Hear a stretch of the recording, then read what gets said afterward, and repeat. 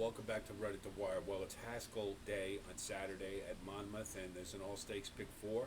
So let's take a look at it. The first leg of the all-stakes pick four is the Wolf Hill Stakes, and it's run at 5.5 furlongs on the turf, and it's the ninth race. Number one, we're going to go with Witty. He's displaying really good form, and he's a late runner, familiar with the track, and there's plenty of early speed to set up his close.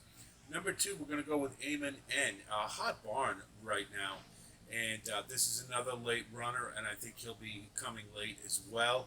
Not quite as good as Witty, but I think he'll be right up there also. Number three is Belgorano, the old hard knocker. He loves Monmouth, and he's got some decent enough form. He should be just off the pace, and I think he'll be able to carve out a trip. Not quite as good as the top two chance-wise, but I think he factors. Nothing better. We know what he's going to do. He's going to go to the lead, but he is going to have some competition for it. But he's a hard knocker, and I think he can stick around late, but it'll probably be wilting in the stretch from the pace pressure he's going to get from number five, which is Four Harp. The big issue with him for me is that he's coming off a monster effort, a career high buyer. He's never run anything close to that before. There's only one place for him to go after that, and it's to regress. But I think he'll be sharp early. I just don't expect him to be there late.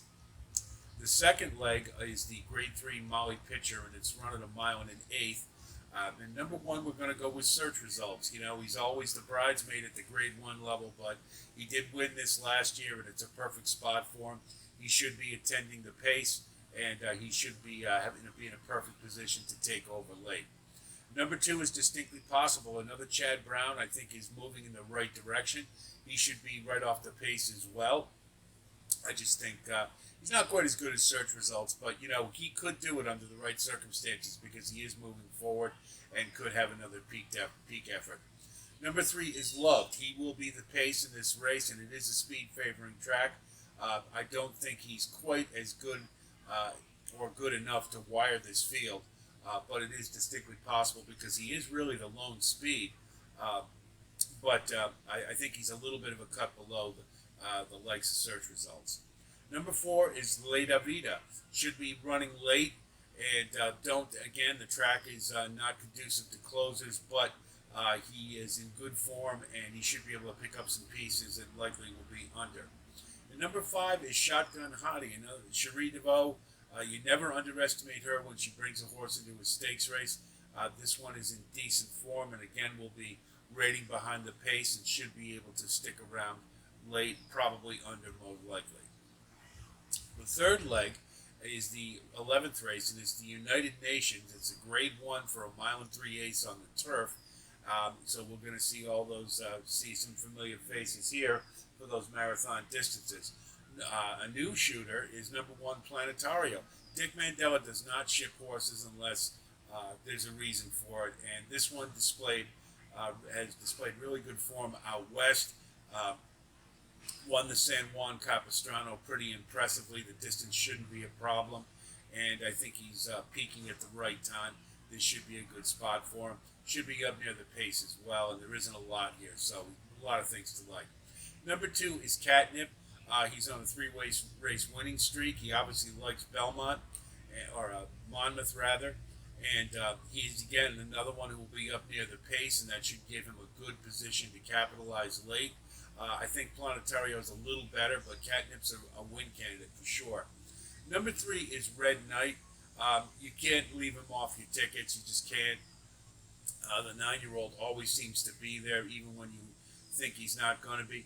My only concern is that this is his fourth straight start. And the last time they ran him four straight was the Breeders' Cup Turf. Now, granted, that's a big step up in class from what you've got here, but I just wonder if maybe 4 starts in a row is a little too much for him. But still, he's got excellent form. He has the class. You can't leave him off your tickets.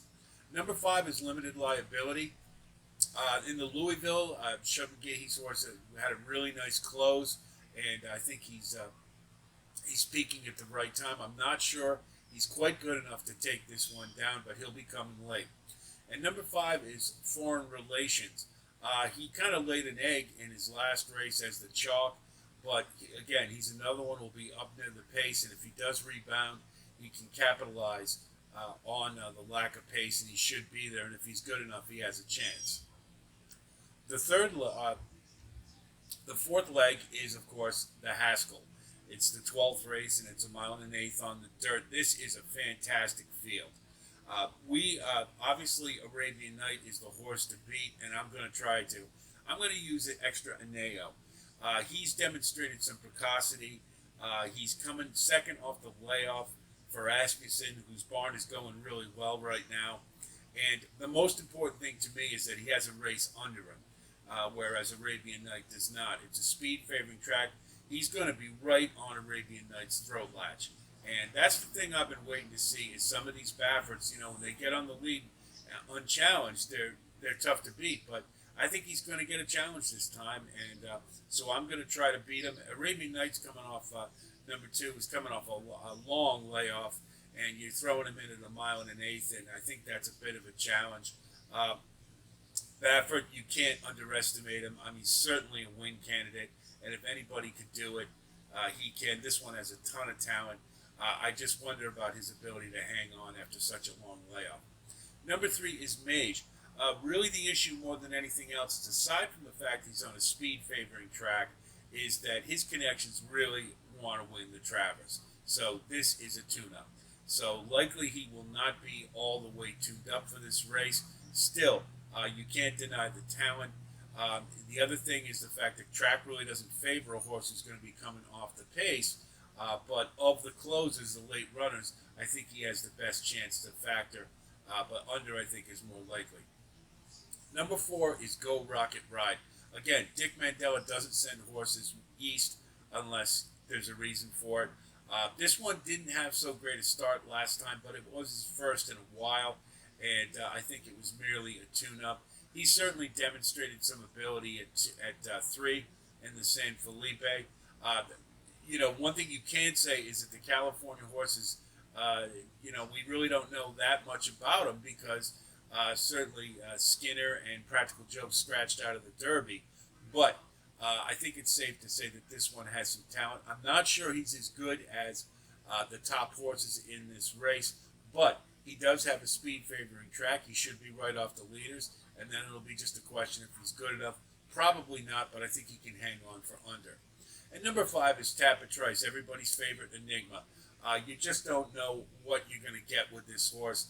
He is coming back to the distance he won at the Bluegrass impressively, so maybe that'll help him a little bit. I did notice a gap in his work tab, a pretty good size one, and that's highly unusual for Todd Pletcher, so I do wonder about his fitness, and perhaps this is a tune-up for the Travers. He's got a late running style, which is not good for Monmouth.